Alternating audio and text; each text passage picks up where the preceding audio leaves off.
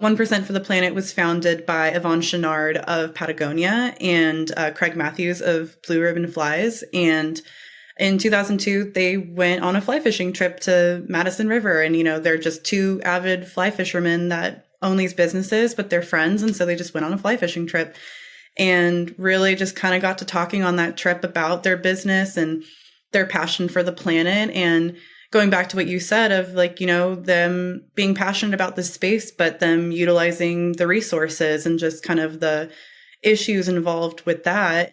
Welcome to Brands for a Better World, the podcast that brings you the stories behind the people and products building a more just, healthy, and regenerative future for us all. Tune in weekly, and together, we'll learn about why these better products and brands were created, how they're helping fix broken systems, and what you can do to support them. My hope is that you'll discover some new brands to love and get some sparks of inspiration that will help you live your best life. Hi, I'm your host, Gage Mitchell, founder of Modern Species, a sustainable brand design agency helping better brands grow to scale their impact. If you like this show, please help it grow by leaving ratings and reviews on your podcast app and by sharing your favorite episodes with your friends. Maybe this will be one of them. This episode's guest is Kaylee Duncanson, Membership Manager of 1% for the Planet, and we talk about what it means to be a 1% for the Planet member, how the annual giving is structured, why the organization was founded, and what you can do to become part of the pro-planet movement. We then wrap up with a fun gift-themed rapid-fire question segment. Enjoy! My name is Kaylee Duncanson. I am a membership manager here at 1% for the Planet. And essentially that means I work with our business members and also some of our other account coordinators. And so it's kind of a dual role in member support. And I've been with 1% for about 2 years now. I live in Carlsbad, California, so like Southern California. So really lucky to be able to partake in the outdoors with the beach. I love surfing and just being outside. So love that that's my backyard. That is amazing. I'm not as much of a beach person, but I do love a good forest, and my backyard here in Olympia is like a little slice of basically rainforest because we're right next to the Olympic Peninsula. So it's like super lush and green and a little stream running through it. The salmon run up each year or every other year. So that's a pretty cool slice. So I love that too. I wish I got out and enjoyed it a little more, but it's nice to have anyway. You got it there anyway, though. You got it. Yeah, it's there. I can look at it right out the window. So that's good. Beautiful. But thanks for joining us as a business member. I'm, of course, a big fan myself of 1% for the Planet. So I'm excited to share a little bit more about what 1% for the Planet means for those who are less familiar with it. But for me, it's an important thing because just kind of like the founding of it was kind of established around this idea of like paying your planet tax. We all use these resources. Like I kind of feel the same way. If I'm going to operate a business that's using resources, I may as well chip in on the preservation of them. So I'm super passionate about this. Hopefully after this episode, some other people will be passionate about it. But again, we can't assume how much people know. So let's go to the basics. For anyone not familiar, what does 1% for the Planet mean, and how do businesses qualify? So 1% for the Planet essentially means, we'll back up a little bit. So 1% for the Planet is a nonprofit organization, and we strive to inspire and encourage business members and individuals alike to donate to environmental nonprofits. And so essentially, our business or our network is built up of businesses that pledge to donate 1% of their revenues, not their profit, each year to environmental nonprofits. And so our mission is to accelerate smart environmental giving for these individuals. And it's a great network of people that are passionate about that mission.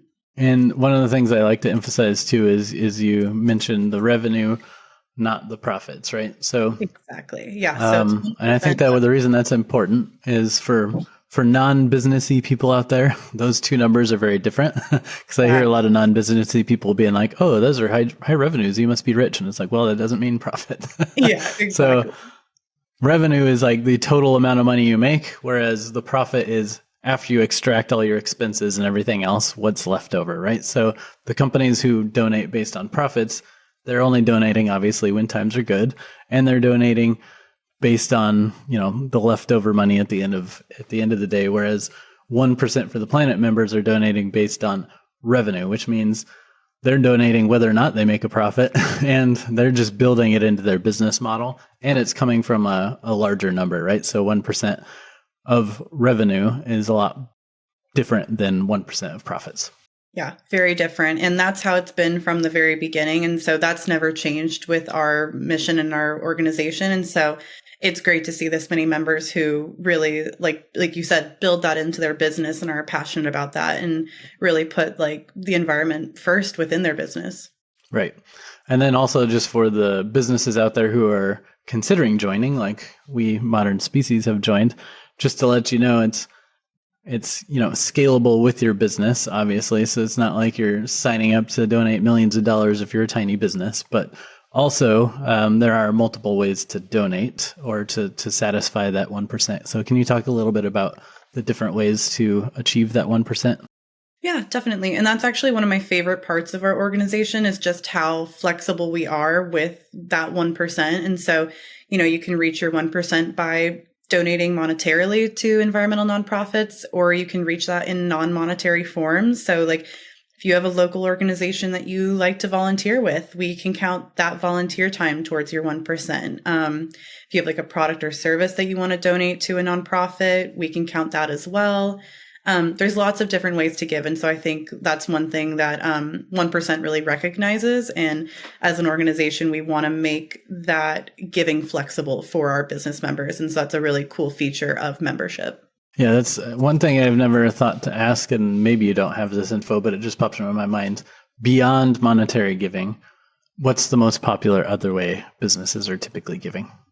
Probably. It's like a very even split just because, it is so unique and it's really unique to that individual business. But I think the ones that are probably the most popular are like our in-kind services. So that's like that giving a product or service to a nonprofit, and the volunteer time. I think I see our business members really taking advantage of those a lot. And the volunteer time is really great if you have like a few employees within your organization. Like I know a lot of business members who they love to take advantage of that because it's like team building time on top of that, and really cool to engage your employees in ways that, like, hey, our business is a part of this mission and like you are a part of that as well. And getting them to engage and see where those dollars are going or where that time is going is really cool. And I know a lot of businesses love to partake in that. Nice. That's awesome. Yeah, I think our giving typically is donations and then like pro bono kind of volunteer type work. And then I keep missing keep thinking I should like participate in more of the campaign side, like promoting some of the efforts we're supporting, et cetera. But I always forget about that. And honestly, we probably have more volunteer hours that we could log that I forget to log. But essentially, I love that, it's a little bit flexible. So there's like some organizations that we support as an agency that are in the 1% for the Planet nonprofit network, right? And we can do some work for them that can kind of offset some of our donation costs, and then we can also donate to them or other people on this on top of that too. So Exactly. It is flexible. So if you are a business out there thinking about doing this, I say just get started now, right? There's no time like the present, and it's flexible enough that I think pretty much any business can make it work.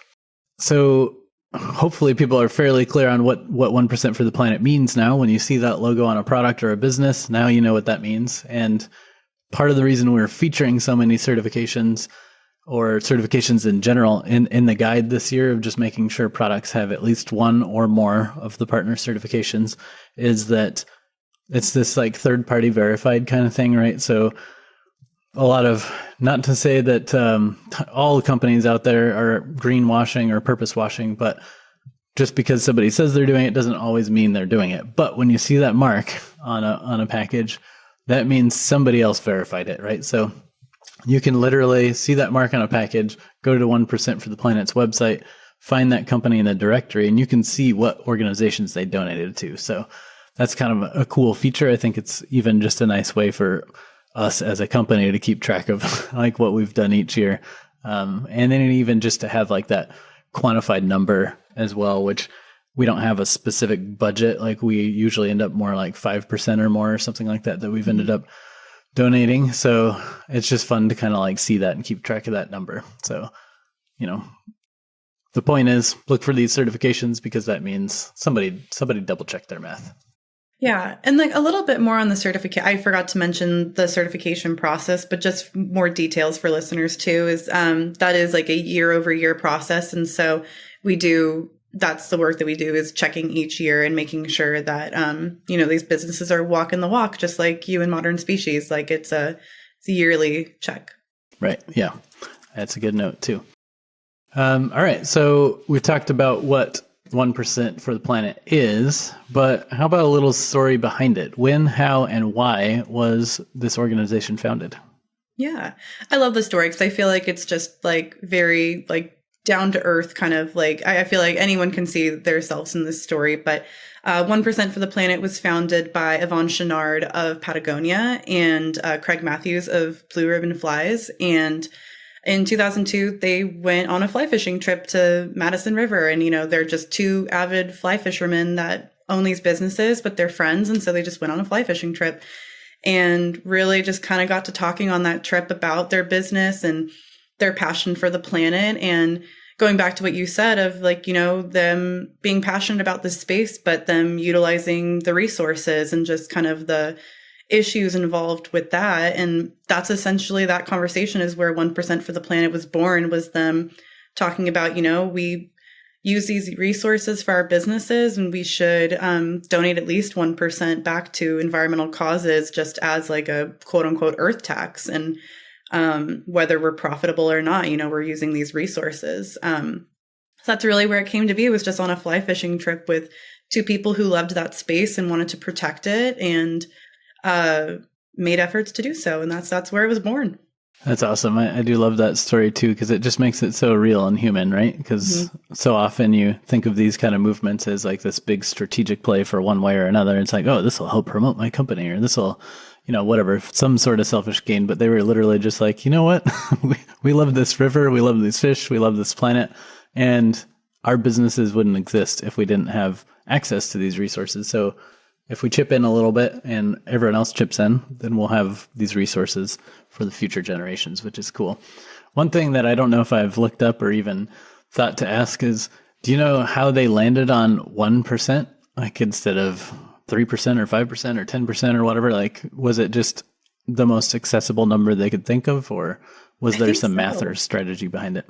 Knowing the story and knowing how those two are, I feel like there was no strategy behind that other than a just quick, easy number. And, I feel like it was one of those, like, I can see the conversation going like, we should at least give 1% because, like everyone can give more if they choose to. But I feel like they were probably just like, yeah, that's the bare minimum we should be doing. And so that's just where that phrase was coined from. Knowing them, it's probably just like a quick, easy, like, yeah, let's just do this. Yeah. Plus, it would sound less cool if they were like, let's give 0.6% to the planet. So you got to at least start at 1. Good. It's clean. Yeah. Yeah. I like I said, we end up usually doing like 5% or something. I haven't looked at the average. Do you know? I don't know if you know this, but is there like an average actual number, like an actual percentage that most of the businesses are donating?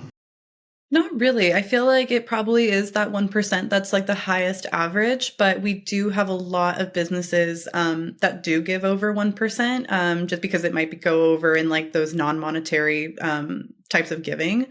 But it's so variable each year that like we don't have an exact number of like how that ranges. So I would probably keep it close to that 1% usually.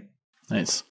Yeah, and one just maybe also worth noting for people out there considering this is, sometimes I think when people think, okay, well, I want to donate to the planet, but we've got these other causes like social justice or the food systems or education or something like that I like to donate to as well. So I'm not going to join 1% for the planet because I want to spread my money out. But I had those same thoughts before joining. But then when you actually dig into the 1% for the Planet nonprofit network, there's actually such a wide range of causes that are, related to the planet because everything's connected to the planet. If we don't protect the planet, nobody can survive or the food system will break or so on and so forth. So I've found it pretty easy to commit to all the things that are important to us as a business, mostly through the 1% for the Planet network. And when we've wanted to support an organization that's not in the network, we've submitted them as potential new members of the network, and usually they're accepted, right? So like we've had a pretty easy time at like fulfilling all the commitments we want to fulfill. And then on the rare occasion where we just want to donate to some other thing that's not in the network and doesn't make sense, we still just donate to them as well. Yeah, I love that you do that, because that was something I was going to mention. That's a really cool, like another flexible thing that we've inputted is that like a phrase that I love that we really use at 1% is like for planet and people. And we're really people centric and understanding that, people are a part of this mission. And so there are a lot of organizations like the social justice movements that really in their own way, like give to the environment as well, or like, or parallel to it. And so we saw that, and we really expanded our criteria for what an environmental nonprofit is. And so, and like you said, we're always open to hearing, like if there's so many organizations to support. So we love talking with our members and seeing, who do you want to support? And if they fit in with the criteria that we see as possible environmental giving, like we're open to bringing them into the network. And so it's really a flexible system. Yeah.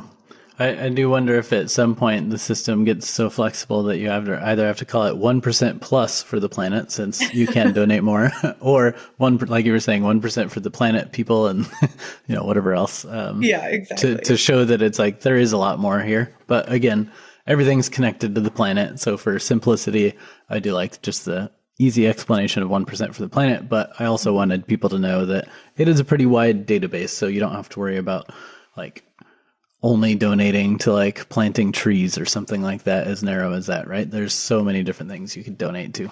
Yeah, it's definitely a very diverse network. I think at the moment, I think we have more nonprofits that are available than we have members, really. I think we're at over 5,000 different nonprofits that are available to donate to within the network. So it's definitely, and that's like an ever growing number. So it's really cool to see that grow each year. Nice. And then one additional seed to plant for people listening is you can be an individual member too. So if your company is not a member, but you really want to make the commitment, A, pitch it to your company, but B, if they don't accept it because they're doing too much already or whatever, you can also join yourself. And I think it's 1% of your salary or something like that you donate. And so we've actually pivoted a little bit from that, and we have like you still can. It's just more of we've made it even more flexible, really. But we have like these donor circles and different spaces for individuals to show up and really be a part of conversations of where to like collectively like pool and donate that money. And then we also have our Planet Impact Fund, which is available for individuals and businesses alike. But that's a really cool program. It's a donor advised fund. And so members and individuals can donate a certain amount, and it gets spread out across, I think, about 6 different nonprofits. And so it's also great if you're an individual or a business, if you're like, I'm indecisive and I don't know exactly what nonprofit I want to give to or what mission I'm most passionate about. It's great. Your dollars can go to 6 different amazing organizations, and you get to be a part of a conversation of like what your dollars are doing, which is really cool for individuals. Yeah, that's really cool. It's almost like an index fund for investing, but for impact, right? Exactly. That's cool. That's the whole point. Yes. I like it. Greener, eco-sensible living is possible when we make small changes that can have a big impact. When you shop Detox, you're purchasing eye-catching, appealing, and sturdy tableware that's made from naturally fallen palm leaves. Our microwave-safe, single-use disposable tableware is completely natural and compostable. Not only is it more attractive than other disposable items, it empowers and employs a workforce of women in India. Shop dtocs.com today. And then we talked about the founding, which I don't know if we set a date, but this was like 20 years or more ago now, right? So 20 years later, how has the mission and focus evolved as far as you know? And what are some of your favorite accomplishments of the organization to date? That's a great question. And I love that. Yeah, we hit our 20-year anniversary last year. So we're 21 years old. Hey, But yeah, I was like, woohoo, it's party time. party for the planet. But no, so 20 years later, honestly, the great thing is like we haven't, like the mission hasn't changed that much. You know, it's the simple, 1% for the planet. Really, the only thing that's changed is like the flexibility of how to reach that, but also really just like our communications around that, and also like internal operations, making sure that that is we're able to expand with like the number of members that we have, because we've definitely grown. We know we started with just Yvonne and Craig, and it's grown to thousands of members now, and so that's really the only thing that's changed. Is just our capacity to keep up with that. But essentially, like the mission hasn't changed otherwise, of just the simplicity of donating 1% for the planet. Nice. That's cool. It's I think a lot of organizations continue to evolve as like the need evolves, right? But it just speaks to kind of the purity of this need, as well as if 20 years later you're more or less still doing the same thing, that means that idea was pretty solid and that need is consistent. So it's great that you're able to keep doing that work. You mentioned that you're based in Carlsbad, California, and love, having that beautiful environment right there in your backyard. Is that what inspired you to get involved with 1% for the planet, or was there some other reason you were drawn into this work? So I feel like I've always been drawn into environmentalism.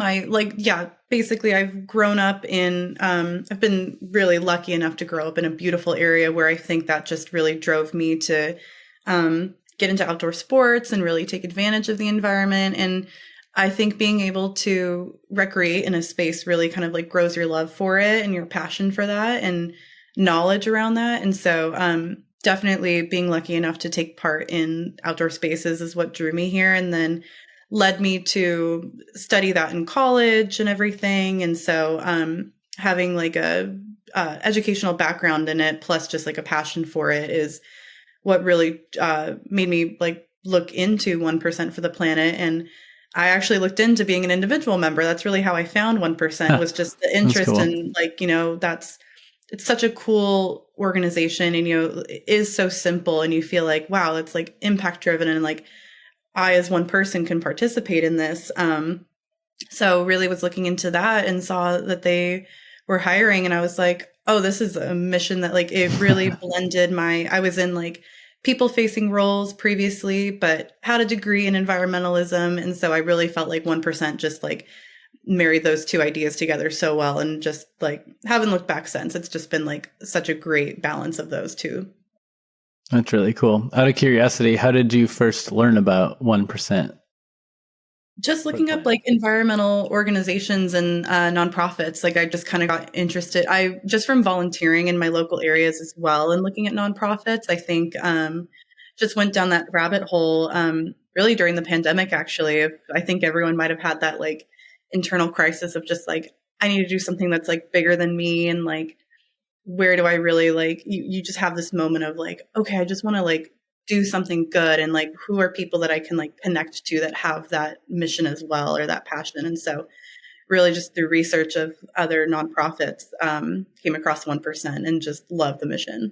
That's cool. One thing that this interview is part of like a series around promoting this impact-driven gift guide, right? So I've been interviewing some of the other certification folks too, and that's one thing that comes up, I think, with all of them, maybe, is the sense of community, right? And I think 1% for the planet's no different. Like, you found it by like seeking out some community around some of these causes. And when you join these networks or become a business member or a nonprofit member or whatever, sure, you get maybe a place to like a badge to put on your business, or a way to get donations if you're a nonprofit, et cetera. But you also get plugged into this community of just really passionate, intelligent, excited, energetic people that are all coming around the table to support the same cause. And that's a really cool bonus of being part of these movements, is that it's not just the right thing to do in a box to check, but like you're joining a circle of people who all care about the same thing and are who all working hard to make those things happen.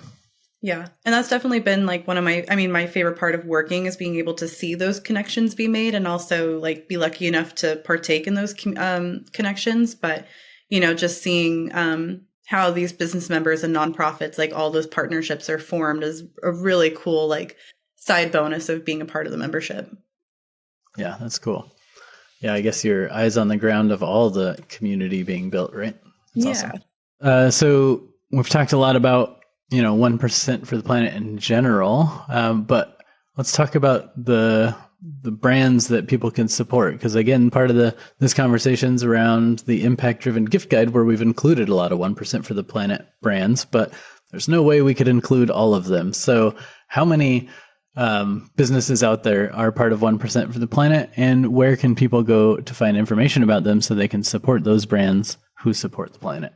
Definitely. Yeah. I think we're a little big to put all into a guide, but we're we're a little over 4,000 members now, which is amazing that we've grown that much in 20 years. It's just such a cool, eclectic group of business members. And that number is from, we have small startups to the larger brands in our network. So it's really cool that like they're all under one umbrella. So Right. But yeah, if anyone ever wants to find more information on 1% or these members, they can check us out online at 1%fortheplanet.org. And that's where you can also find our directory, which I know you mentioned, which is kind of a cool profile of each business or nonprofit in our network. It just gives an overview of, who they are, how to access their product or their services, and also who they've donated to. Each directory has like badges of who you've donated to over the years. And so kind of a cool little profile, just a profile summary of who's in network. Right. I do love that feature. So it's like people see the mark on a retail shop window or on a product or something like that. That's cool enough, right? You see what they care about and that they're doing something about that cause they want to support. But then you can also follow that breadcrumb to the website, look at the different causes they've donated to, and then know even more about their values, right? Are they protecting salmon? Are they protecting, fair trade? Or that, like, what is it that they're doing to protect the planet? And it gives you just that much more information about what that brand really cares about, which is cool. Yeah. And the other cool thing I'll actually mention is because we recognize other certifications, which I know are in the guide as well. And so you can kind of see that show up on their profile as well. If they're B Corp certified, if they're fair trade certified, like all of those will also show up on their profiles.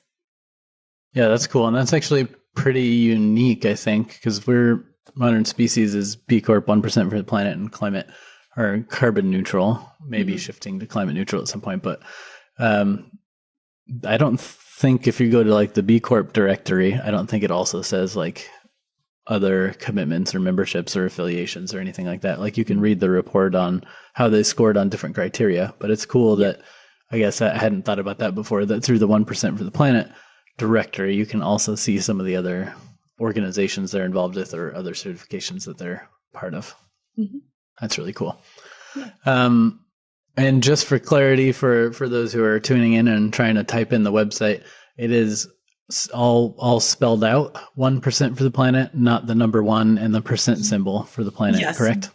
Good call out. It is ONE, 1% for the planet, all spelled out.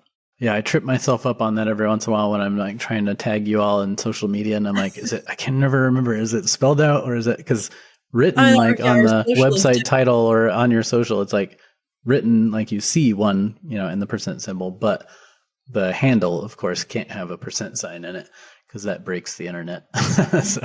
Or at least it's used in a different way for the internet, right? So anyway, so it's all spelled out, 1%fortheplanet.org. Yeah. Awesome. All right. And of course, again, so you can go there and find brands to support. You can go to the gift guide. All those links are going to be in the show notes of this episode. So if you're listening now and you're like, give me those products or give me those links, they're right there for you. You don't even have to type it up. But in case you were listening and trying to type with your phone, that's how you get there.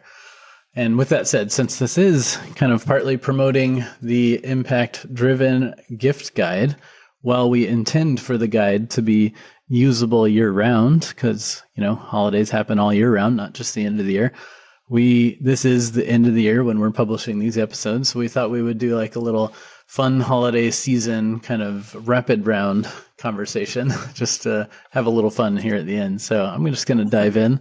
What's your favorite type of gift to receive? That's a great question. I am a big like experience or quality time kind of person. And so I feel like if I can like go somewhere or experiencing something new or even just like having a cup of coffee with a friend, like those are like I know some people love to have like something to open, but I love just being able to like spend some time with people or experience something new. So those are always like my favorite gifts to receive. Well, it kind of ties back to the love languages, right? Some people are It kind of does. acts of service, some are quality time, some are personal touch. So like you can give your quality time as a gift. Exactly.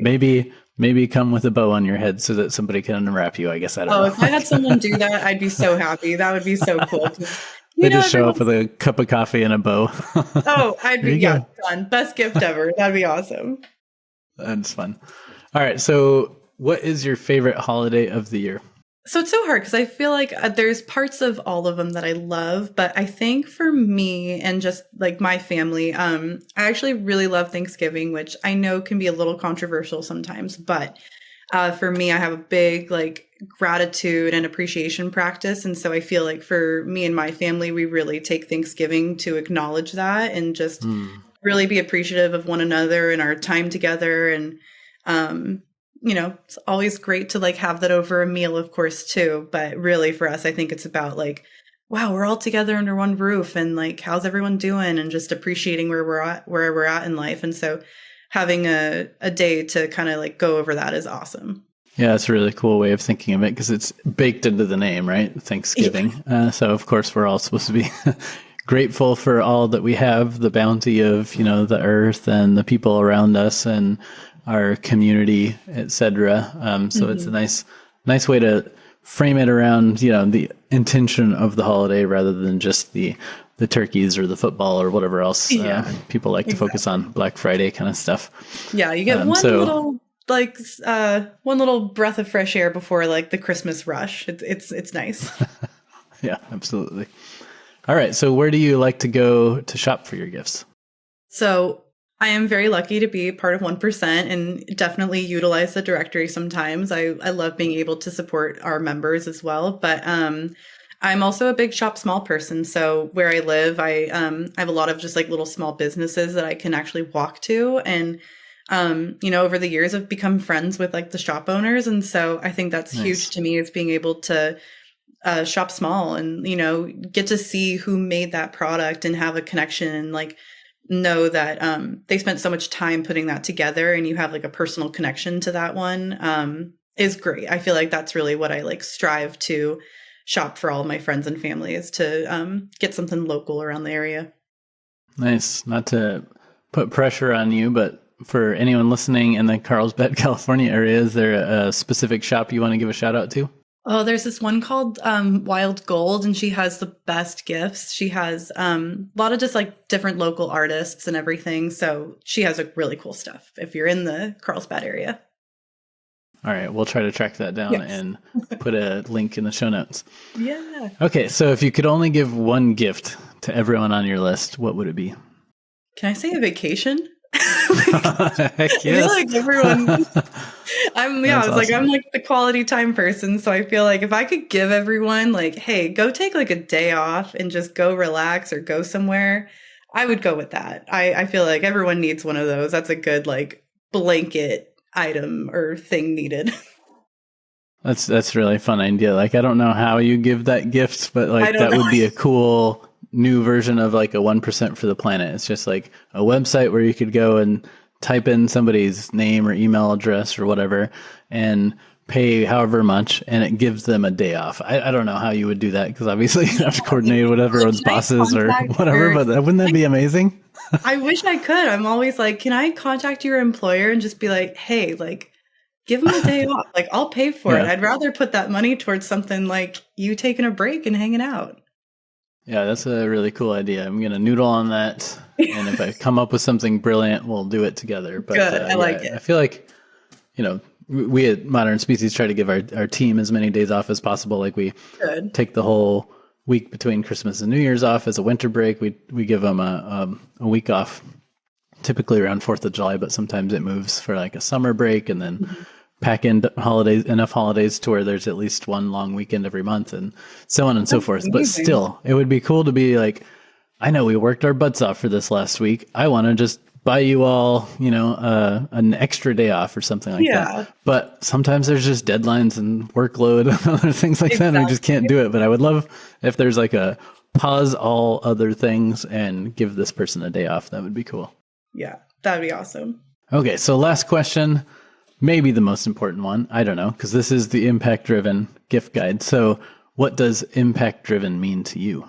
I think impact can mean so many different things. And I feel like, at least personally, I feel like if you're impact driven, you are like an activist, you believe in a mission that is bigger than yourself, and you really make actions and you work towards that collective goal. And I think what I really have learned a lot being in my role is impact driven can be personal. It could be business, it can show up in so many different ways, but really cool to see how people take advantage of that. But I think it is that like just work towards like a collective bigger goal. Nice. I like that. I like the focus on action, right? It's like, because I think I mentioned this on one of the other episodes, but it's this idea of like the contrast, but also like kind of overlap between this idea of intention versus impact, right? And that's something I've been trying to practice personally with like relationships, is sometimes you have a good intention around something, like, oh, I was doing this thing for you and I was well-meaning, but maybe I got you the wrong flavor of tea or something like that. And the impact didn't come across because you're like, oh, I don't like this kind of tea. And it's like, well, good intention, but bad execution. So I think there's like a difference between like meaning well and having that actually make a positive impact in someone's life. So I like what you're talking about, is that it's impact driven is about obviously having a cause you believe in and those good intentions, but then putting the action in to work on that cause, which I think leads more towards the hopeful positive impact that you're aiming for. Yeah. And I love like that impact or that action doesn't have to be huge. I think like a lot of people, when they hear like impact driven, it's like these large businesses or these people that are able to like give or do a lot, but like there is so much everyone can do, and it can be a small little action every day. And so I love that like there's like so much variability within that. Yeah, it's really cool. Awesome. Well, that was a fun conversation, and I appreciate your partnership on this impact-driven gift guide. You've been a lot of help helping make sure this thing comes out and gets spread everywhere it needs to. I also just appreciate that you found 1% for the planet, and you're following your impact heart to take action on doing things that you value. And I appreciate 1% for the planet in general for taking a leadership role decades ago and continuing to do so to help move things forward and make sure future generations have resources as well. So it's always been a pleasure to be part of the community, but in particular, I appreciate all the effort you and the whole team have put into building that community and keeping this movement going. So thanks for doing what you're doing, and also thanks for taking a little time out of your schedule to have this conversation before you disappear for a bit. Yeah, but no, thank you so much. And we really enjoy having Modern Species in the network as well. And just all that you do, really, it's you business members that do the work. So it's really cool just to see like everything you've done. And we really appreciate you including us in this guide. It's so cool. Awesome. Well, it's the teamwork that makes the dream work, right? Exactly. I love that. All right. Well, thanks again. Cheers. Thank you. Thanks for listening. To learn more about 1% for the Planet or Kaylee, go to 1%fortheplanet.org. That's 1% all spelled out fortheplanet.org. To get your copy of the gift guide, go to modernspecies.com/gift guide. If you like this show, remember to help us grow by liking, reviewing, and sharing. If you're new here, don't forget we have over 100 episodes in the archive. Some might be called Evolve CPG, but it's the same show, so dig in for more goodness. If you consider yourself an impact-driven professional, join me over at impactdriven.community, where we're supporting each other's growth as impact leaders.